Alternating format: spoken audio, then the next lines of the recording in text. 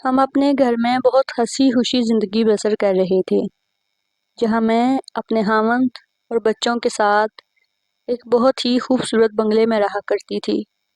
میرے خاوند ایک افسر تھے جن کی کبھی پہلے شفٹ کی ڈیوٹی ہوتی تھی اور کبھی سیکنڈ شفٹ کی۔ میرے مائکے والے لاہور میں رہتے تھے۔ ایک روز خط آیا، تمہاری چھوٹی بہن کی شادی ہے، بچوں کے ہمراہ شرکت کرو۔ بارات لاہور سے کراچی جانی تھی۔ میں نے بچوں کی اسکول سے 15 دن کی چھٹی لی اور ہم شادی میں شرکت کرنے لاہور چلے گئے۔ 10 دن پلک جھپکتے ہی گزر گئے۔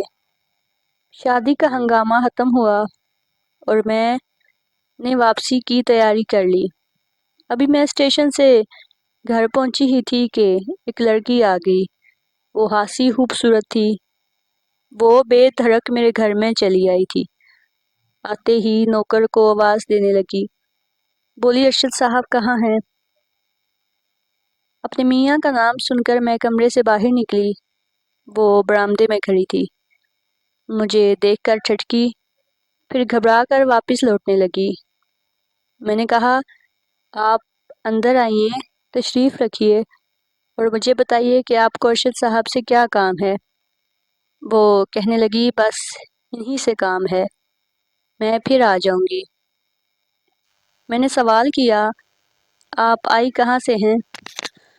اپنا نام تو بتا جائیے۔ میں انہیں کیا بتاؤں کہ کون آیا تھا، لیکن اس لڑکی نے میرے ان سوالات کا کوئی جواب نہ دیا۔ میں حیرت سے اس کو جاتے ہوئے دیکھ رہی تھی۔ ہماری کالونی میں شام کو سب آفیسر کی بیگمات مل کر گپ شپ کیا کرتی تھی اور رات کو 10 بجے تک تمام ایک دوسرے سے اس طرح ہنستی بولتی اپنے اپنے گھروں کو چلی جاتی تھی۔ ہماری زندگی بڑی شاہانہ، حسین اور دلکش تھی۔ جب ارشد ڈیوٹی سے لوٹتے تھے، سب کو کبھی سیر کو لے جاتے تھے، کبھی گیم کھیلتے۔ زندگی کی حقیقی مسرتوں سے ہر وقت دل لبریز رہا کرتے تھے۔ اس روز ارشد شام کو ڈیوٹی کر کے لوٹے، حیران ہوئے اور بولے، ارے آپ لوگ تو 15 دن لاہور میں گزارنے گئے تھے اور 10 دن بعد لوٹ آئے، مجھے اپنے آنے کی اطلاع بھی نہیں دی، میں اسٹیشن پر لینے آتا۔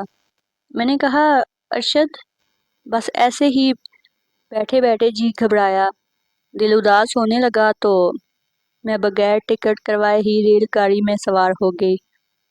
اپنے گھر آ کر بڑا سکون ملا۔ سوچا شادی کا ہنگامہ تو نمٹ گیا، اب 5 دن خواہ مخواہ وہاں رہنے کا کیا فائدہ ہے؟ بچوں کے اسکول کا حرج ہو رہا تھا۔ خیر، وہ ہمارے اس طرح آنے سے بھی خوش ہو گئے۔ بچے اپنے پاپا سے لپٹ گئے۔ رات کو بچے اپنے کمرے میں سو گئے اور مجھے کچھ فرصت ہوئی تو یاد آیا کہ آج ایک لڑکی ارشد کا پوچھتی ہوئی گھر آئی تھی۔ میں نے ان سے کہا، نہ جانے کون تھی اور آپ سے کیا کام تھا؟ کچھ بتایا بھی نہیں اس نے۔ شاید کالونی میں کسی کے گھر مہمان آئے ہوں گے، ان میں سے کوئی نہ ہو۔ 4 دن گزرے، ایک صبح ارشد ڈیوٹی پر جانے کے لیے نکلے ہی تھے کہ وہ پھر آ گئی اور آتے ہی سوال کیا، ارشد صاحب کہاں چلے گئے؟ مجھے ان سے ملنا تھا۔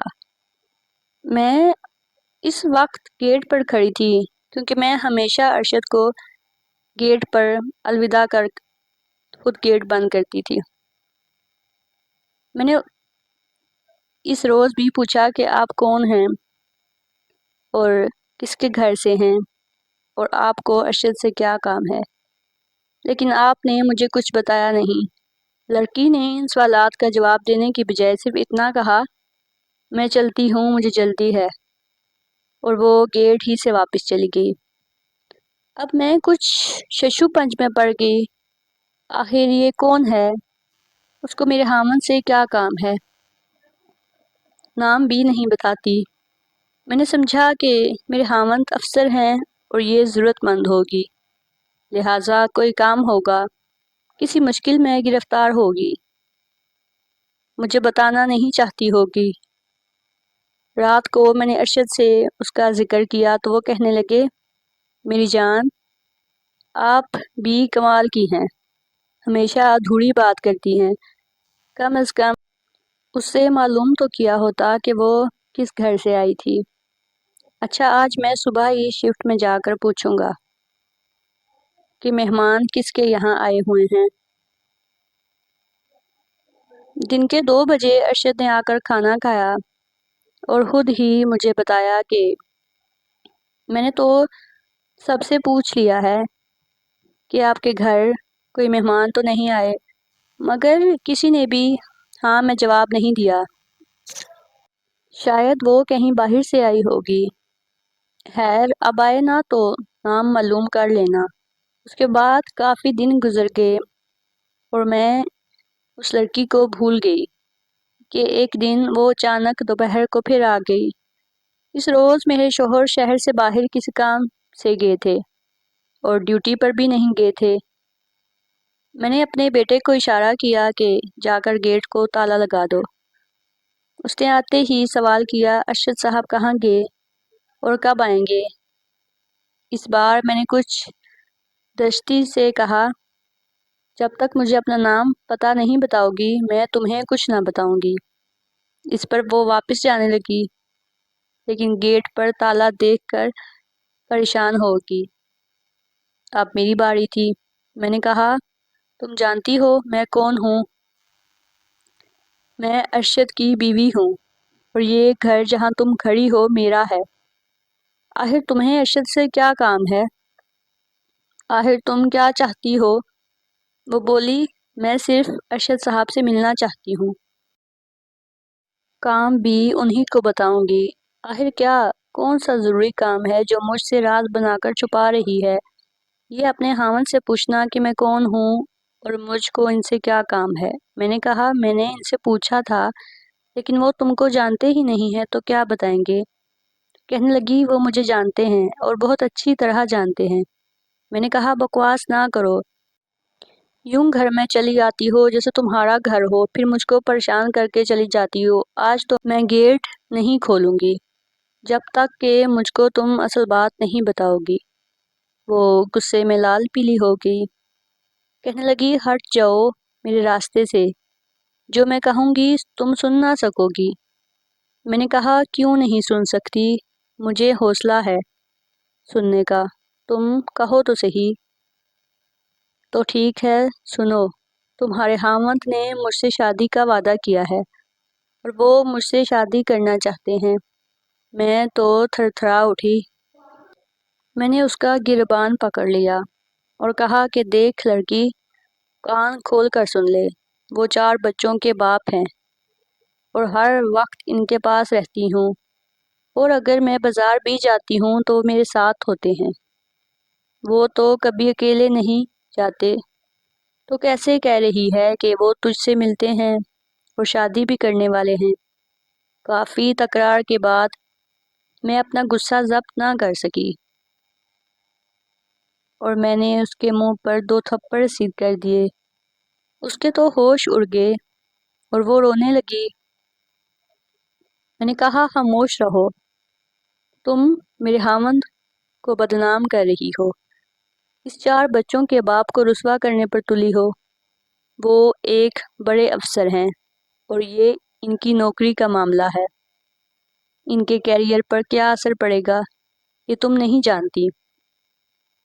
اس پر اس نے کہا، مجھے تو وہ کہتے ہیں کہ میں تم سے شادی کروں گا، چاہے اس کے لیے مجھے نوکری ہی کیوں نہ چھوڑنی پڑ جائے۔ خیر، میں کتنی دیر کسی جوان لڑکی کو اپنے گھر میں قید رکھ سکتی تھی؟ میں نے بالآخر گیٹ کا تالا کھول دیا اور وہ چلی گئی۔ جب ارشد گھر آئے تو ان کا موڈ کچھ خراب تھا۔ بچوں سے پوچھا، کیا کوئی یہاں آیا تھا؟ انہوں نے سارا واقعہ اپنے پاپا کو سنا دیا۔ وہ تو جیسے آگ بگولا ہو گئے، کہنے لگے، رافعہ، یہ تم نے اچھا تماشا نہیں کیا، اب تم گھٹنوں میں سر دے کر رو گی اس کے اگلے دن انہوں نے نوکری سے استعفیٰ دے دیا۔ اس کے بعد وہ کراچی چلے گئے۔ واپس آ کر انہوں نے مجھے اور بچوں کو میرے ماں باپ کے گھر چھوڑ دیا اور خود سعودی عرب چلے گئے۔ ان کو گئے ہوئے 4 سال ہو چکے ہیں۔ انہوں نے پلٹ کر ہماری خبر بھی نہیں لی۔ اب بچوں کا یہ حال ہے کہ وہ نہ پڑھتے ہیں اور نہ ہی کوئی کام کرتے ہیں۔ ایک بیٹا 2 مرتبہ فیل ہو چکا ہے۔ پہلے نمبر والا ہمیشہ کلاس میں فرسٹ آتا تھا، وہ بھی فیل ہو گیا ہے۔